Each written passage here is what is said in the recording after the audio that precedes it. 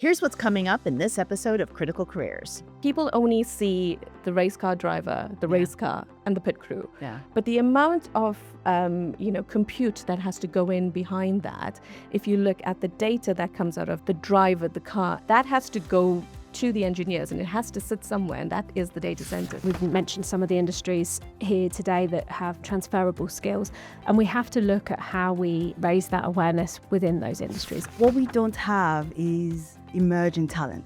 We don't have that continuity of talent within the sector. I think we should start focusing on building a talent pipeline internally. This episode of the Critical Careers podcast is sponsored by CBRE, AVK, Evershed Sutherland, JLL, and Mace Construct. Hi, I'm Joyce Wady. Welcome to the Critical Careers podcast. On today's show, I am really pleased to welcome Claire Jones from Equinix, Kalay Moodley from Kao Data, and Theodora Savage from Virtus Data Centers. We have a great conversation on what's missing from the talent pipeline. Talent is one of the biggest challenges facing the data center industry right now, so we take a look at internal development pathways, adjacent industries and transferable skills, and how the industry needs to come together and collaborate better. Hope you enjoy the show. Well, thank you all for joining us today on the Critical Careers podcast. I am really excited to have each of you join us in this beautiful studio. As we were kind of having conversations prepping for this episode and kind of doing a little bit of research, there's some statistics that we've all seen many times in the last couple of years about the fact that, we're at a 300,000 plus job potential shortage in the industry, that, 45% of the current data center industry workforce has been in the industry for 20 years or more. One that I kind of spotted this morning was about, the fact that the number of jobs that have been posted in construction and data centers has more than doubled in the last few years, which resonates very clearly. And all of you are senior HR and people leaders in your organizations. And I thought it would be a great opportunity for us to have a chance to kind of dig into this a little bit and hopefully have a conversation that everyone hasn't heard 3,000 times before, because it's talked about at every event. It's talked about on, in articles. It's talked about in so many different ways. And we're talking about it with Critical Careers. Yes. But I think there's probably some more things that we should be thinking about and some more ways we should be looking at the industry that can kind of help us really dig in and solve this problem. So, Theodora, I'd like to start with you. Yes. When were talking, you had talked about the fact that, we spend so much time looking at ways to externally solve this problem. What are the things that we should be thinking about internally? So historically, when you look at the talent and the talent gap in a sector, and such as data centers, we tend to look externally. And that is natural. That's a natural thing to do. Sure. But one of the things that I really want us to start looking at is what we can do internally. We've got long service. We've got individuals that have been in the sector, in the industry for such a long time. But what we don't have is emerging talent as such. Yeah. And we don't have that continuity of talent within the sector. I think we should start focusing on building a talent pipeline internally. So we're looking at things like talent development internally. What can we do differently? Yeah. Because if you look at some of the entry roles we have for data center technicians, you need at least 2, 3, 5, sometimes 5 years to actually start within the sector. Doesn't seem like a lot of time, but the data centers that we have now are getting built a lot quicker, a lot faster. The demand is high, and we need to get the talent in before a data center is live. Because once a data center is live, you need people there. It's not a waiting game. Yeah. So you need a talent before the data center is actually built. Yeah. And I think our challenge is there. Well, and it's such a great point because, we were kind of just chit-chatting. You two have both been in the industry for more than a dozen years. I've been into the industry for about that same time frame. You're newer. There's a lot of longevity in the industry. Yes. But then there's also so much focus on how do we bring in young people and how do we bring in that new generation.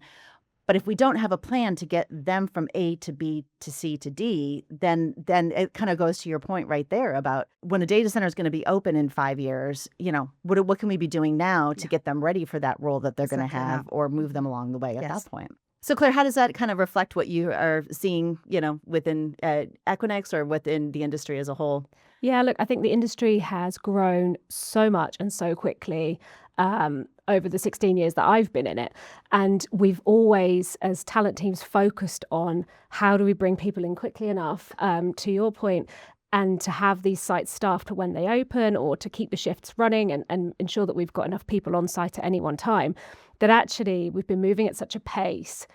Development and building the talent for the future has somewhat fallen by the wayside, or been non-existent. And now I think as an industry that we're in a bit of a wake-up moment to say, actually, we need to do something about this. You're absolutely right in everything you've said. I think we need to think about how we build young talent. I think that's a great way to diversify our industry as well. But then also, how do we build our future leaders from within our teams at the moment? How do we build our CEOs of the future, or our technical directors of the future? And that's what we need to be thinking about as an industry. For sure. So what we have done for the last 10 years or so to get the industry to the point that it has is those same tricks of the trade are not necessarily going to be what enables us to be successful in the future. So how are we thinking about that? Yeah, okay. So we historically have hired, I'm sure as we all have, from other data center companies. We've kept talent within the industry, which is fantastic, but it's moving around. And with the rate of growth that we've just mentioned, that's not sustainable. So we have to think about how we increase our talent pipelines, be that through adjacent sectors. So looking at other industries that have transferable skill sets, and how we raise awareness of our industry to those people. I think that's a real problem that we have as an industry. If you're not in the industry, you don't necessarily know about the industry. That's the same with kind of young talent as well, is that when people are choosing their future careers, those moments that matter, they're not aware that data centers even exist. And I think as an industry, we have to address that differently, rather than in our silos of our own companies. So Kalay, we had talked at one point about, because it kind of plays onto what Claire has just said, but about this idea of transferable skills, that, because we need to stop looking just within the industry, we need to be looking at adjacent industries. We need to be looking at what the skill sets are that someone can bring into the industry. How are you seeing that play out? So we've been very intentional at KO. So there's certain roles that you do need to recruit from within the sector. And, those are your more critical roles. Quite recently, an example, we were recruiting for a power and utilities director. And we deliberately went outside of the sector, because we knew, number one, it would be exceptionally challenging to, kind of recruit that sort of talent from within the industry. But also that pool is so limited. I think power's been talked about for a number of years. We've used a lot of, external resource for it. And it's only been probably over the last 7 years that we've started seeing that talent come in and sit in within the data centers. So what we've done for this particular role, we looked at the adjacent industries. And so we approached the battery storage companies, renewable energy, individuals that worked with the national grid. And also what that gives us is a better insight and a more developed way to think about, how these individuals come in with that experience of working with the national grid. We know the challenges we have in the sector with national grid. So having a different perspective come in is one way of diversifying and expanding the talent pool. But I think, just to Claire's earlier point on, how do we make this industry more attractive to young people? Because nobody wakes up thinking, oh, I want to work in a data center, right? Let's be honest. I mean, none of us on this couch thought, we'd ever be in data centers. It's all about the story behind it. The data center sits behind so many big sporting events. Look at the Formula One, for example. People only see the race car driver, the race car, and the pit crew. But the amount of, compute that has to go in behind that, if you look at the data that comes out of the driver, the car, and a practice session, just one practice session, that has to go to the engineers, and it has to sit somewhere, and that is the data center. So making that story available to people and telling them, your passion might be Formula One. Guess what? You can be part of that journey. You just need to find a different route into it. You might not be the Formula One driver. You might not be, the Lewis Hamilton immediately, but there is another route into this. And I think it's also, if you ask the average person what is a data center, they'll just tell you it's a cold, dark shell. It isn't. It's probably one of the most advanced technological buildings you can possibly find and work in, and probably one of the more modern buildings. So it's just about converting these stories into things that are more attractive to the younger generation. You're absolutely right. We need to think about how we can positively show the good sides, what you've just described as a working data center, how it can be of benefit to anyone's career. I think once we've done that, we also, to the point earlier on around thinking about how we then grow individuals within the data center. What we haven't matured into is the bit about understanding how we move people, to your point around sort of developing the next CEO, developing the next ops director. What does that look internally? That being an issue, we would have talent to move from data center to data center to data center, or we'll still go externally. I think we can do something internally as well. Yeah. Alongside the visibility issue. Data centers are going to be here for a very long time, based on the current trajectory. So we need to actually use the opportunity that we have right now to build an internal infrastructure to make sure that we're retaining talent, and the talent that we currently have are still here in 20 years' time. We have kind of joked about it with some of the women I've talked to through critical careers is, like one of the statements someone made to me, it's like, this is an industry that once you get in, you don't really get out, which does sound, it's not in a bad way in any way, shape or form. Yeah. But as women, we have really positive experiences being here. It just in terms of the technology, and when you really can make that connection between what data centers are enabling in our lives.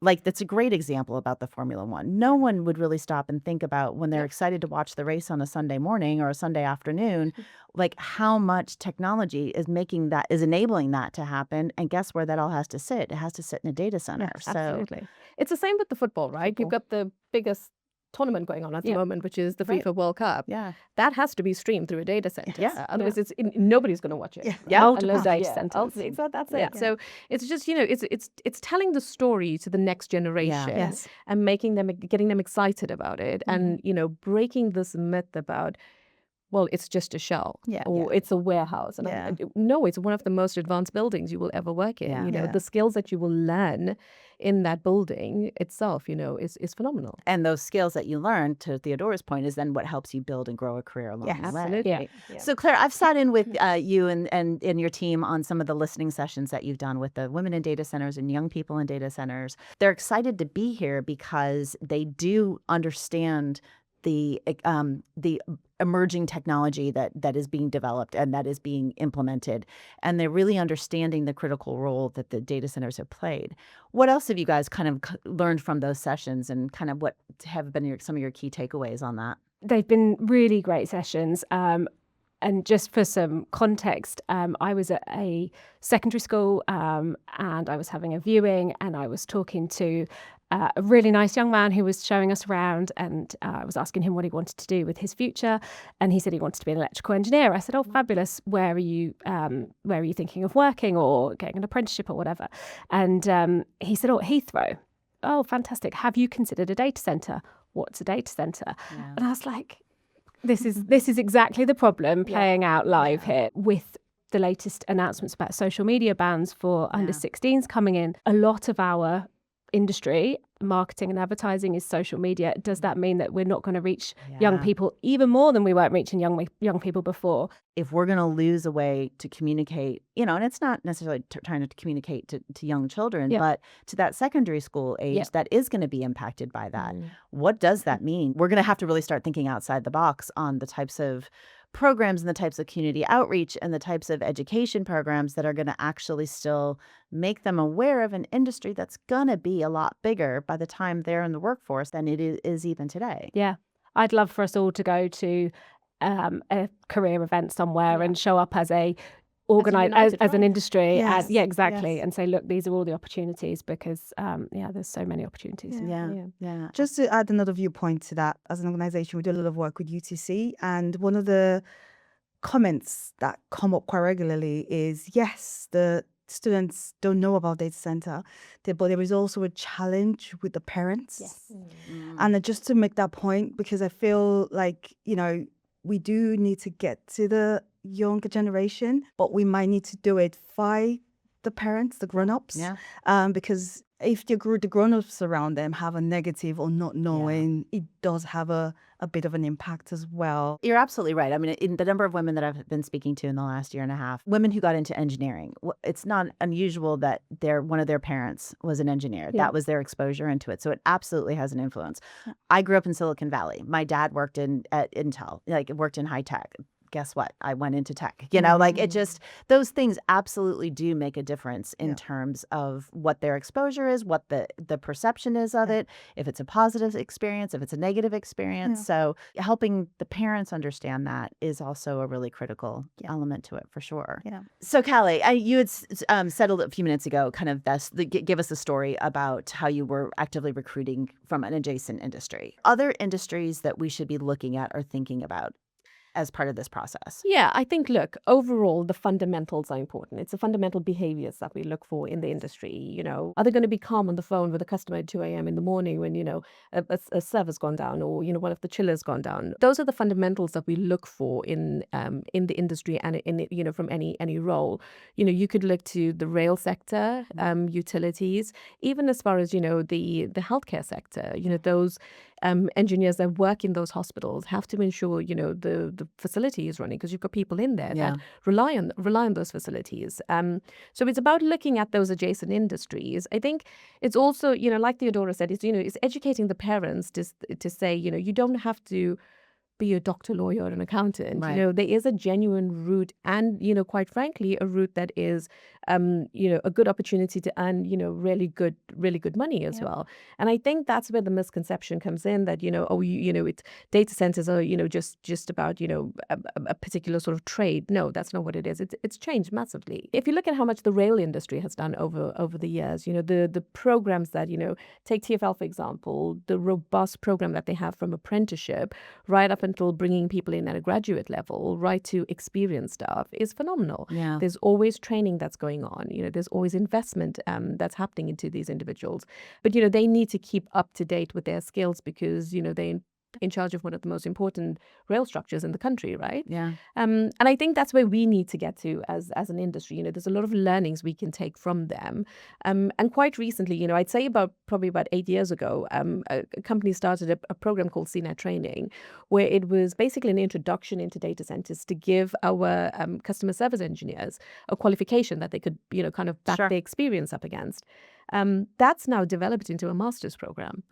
Okay. So you can walk away with the master's degree in data centers. And that was not heard of, 10 years ago. Yeah. It's massively changed now. And, we're starting to work with local colleges to look at, okay, what programs are more aligned for apprenticeships that we want to bring in at KO, and how we can make sure that, we choose the best sort of program. So there are those transferable skills. And, you don't have just that one way of working. Yeah, absolutely. Absolutely. And actually, it's a perfect segue because Theodora, you came from the rail Yes, I did. industry. So you kind of had a chance to see firsthand what has worked there and what could work here. So kind of from your firsthand experience, how does what Kalay has said kind of play out and what you've witnessed? So interesting. And I was in rail for circa 6-7 years. The sector is a lot more matured than the data center. And it's when you ask a young adult, even anyone, do they know what the data center is to the points that we've already made? Or do you understand who powers Netflix, for example?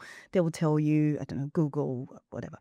But they're not understanding the infrastructure behind that is actually a data center. So we are very young, I would say, in terms of whilst a lot of the points Kay has, you've made around the fact that things have changed and things are growing, we're still very sort of young in that space when you compare that to rail. If you ask a young adult, do they want to work in rail? Do they understand British Rail, TfL? They would say yes. Do they understand, they want to be a train driver? They would say yes. But if you say to them, would you like to work in a data center? What is a data center? They don't understand the infrastructure behind a lot of the technology that they currently have at the moment. Yeah. The benefits that the rail industry has had or is having is the fact that it's highly regulated, and it has been highly regulated for many years. It has a number of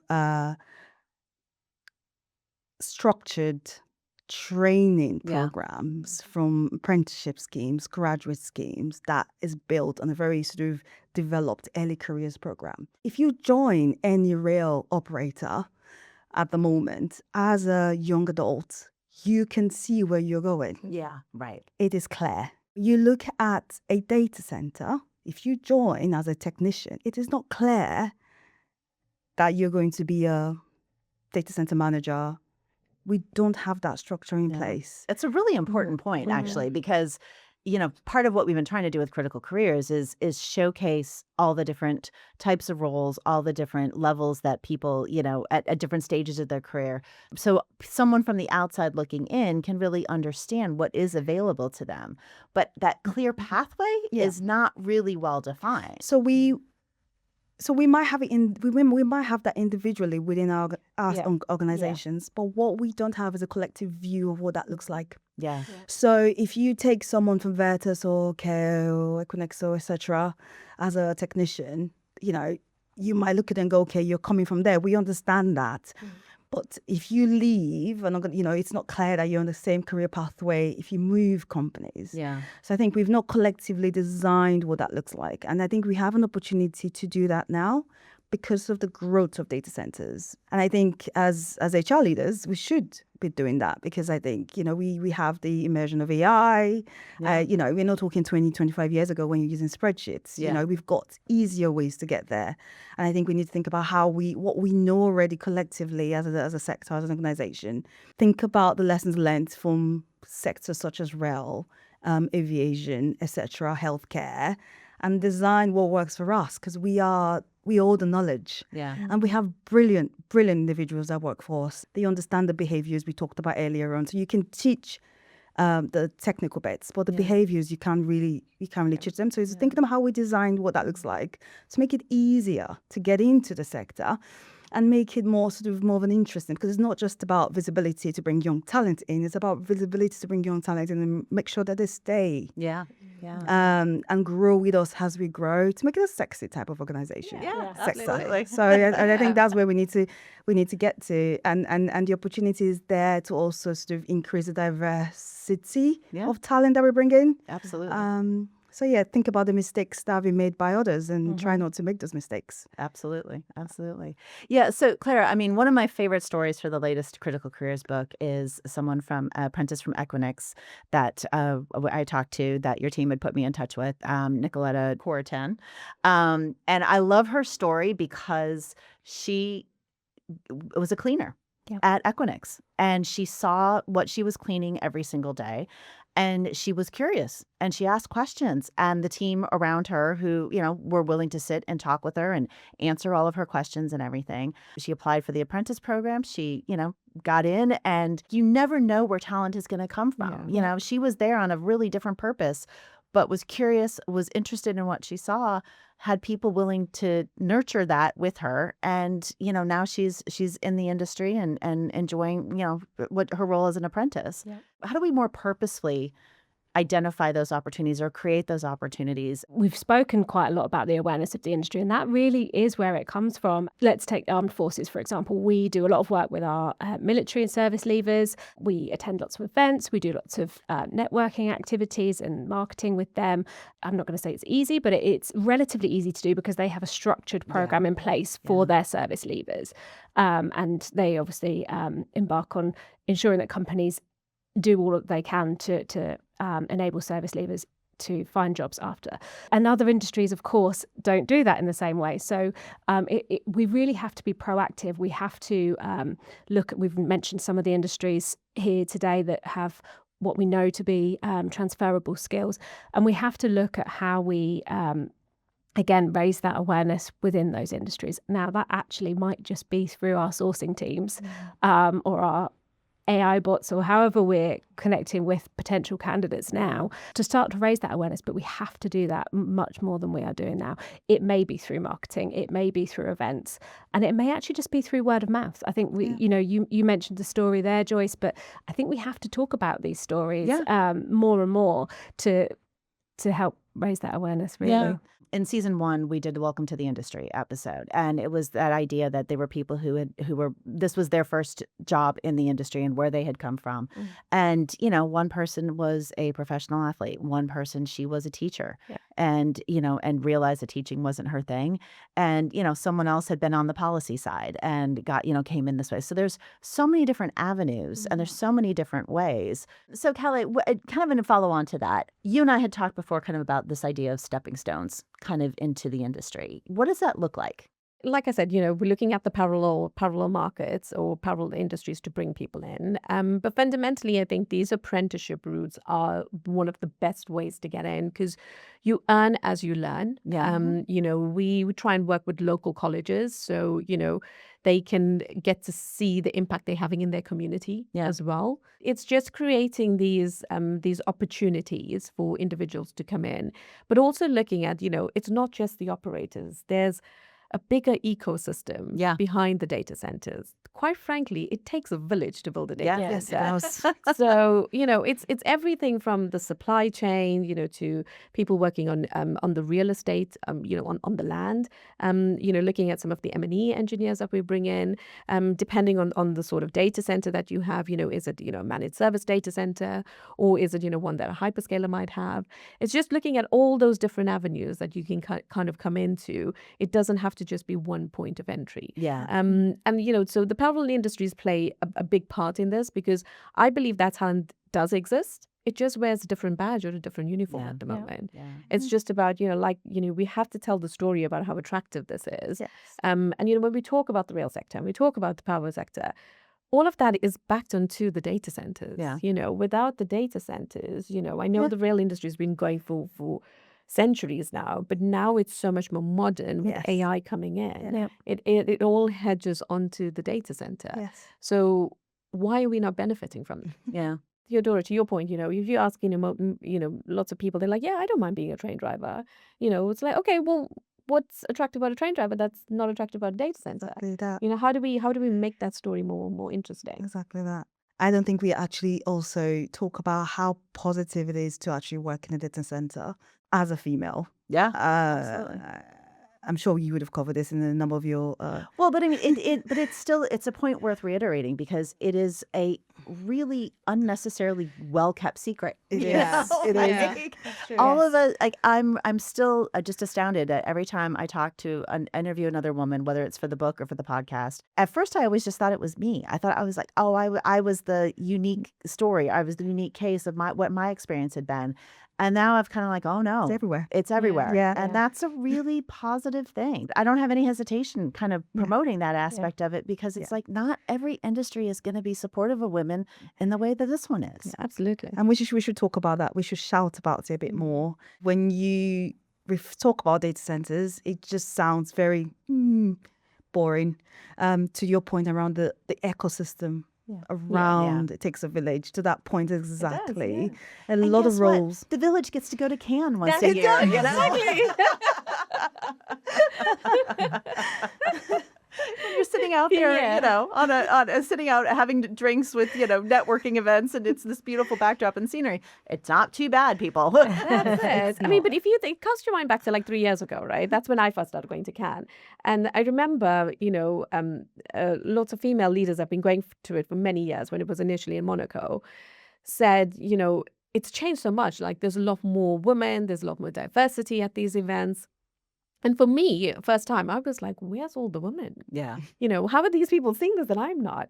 But this year was phenomenally different. The Women in Tech Forum that was held, they're going to soon run out of space in that venue. And they've been having it in that venue for years now, right? Yeah. So they're going to probably have to need to look for a bigger venue. Yeah. But that's just a testament to, how evolved it's becoming. But also, the ecosystem behind it, because now it's not just the operators that go to it or just the customers, it's everybody. Yeah. And within that ecosystem, there's a place for you to expand on your passion, to find, the skills of what you're good at. Like there's so many different ways of doing it, whether it's because you're interested in real estate law and that's a way that you come in, or you're a creative person and you're trying to expand the reach of the industry to a broader audience, or like there's so many different channels and ways that you can put your talents into the industry, and you just may not be aware that that exists.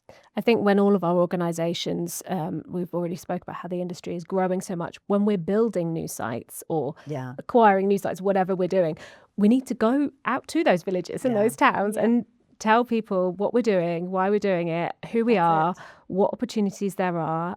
Because, to your point, they could just be on the doorstep. They could just walk in because we're very local and that's very convenient and they know nothing about us. So. Yeah, absolutely. As we wrap up, I would love to know from each of you, if there's one thing the industry could or should be collaborating on, what would you say that is? Kalay? Early careers.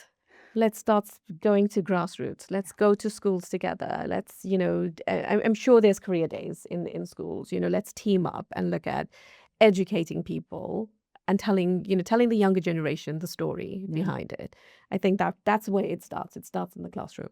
I would absolutely agree with that. I would say let's have a whole class of trainee data center engineers, and then let's work together to make sure that they end up in roles at the end of that. Also awareness, that would be my other thing. They go hand in hand. Yeah, I agree completely with what you both said. And I would also add the internal development piece. Yeah, absolutely. I'm very passionate about this, as you can tell.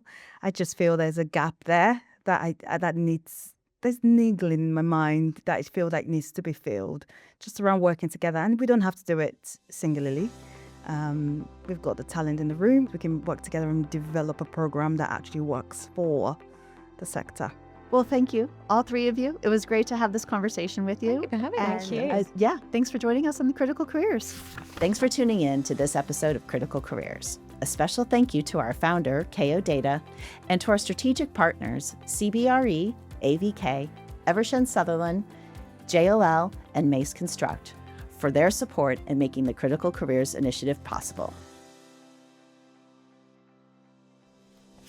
CBRE supports mission-critical infrastructure through a fully integrated lifecycle service model for the world's leading hyperscalers, co-location providers, and enterprises.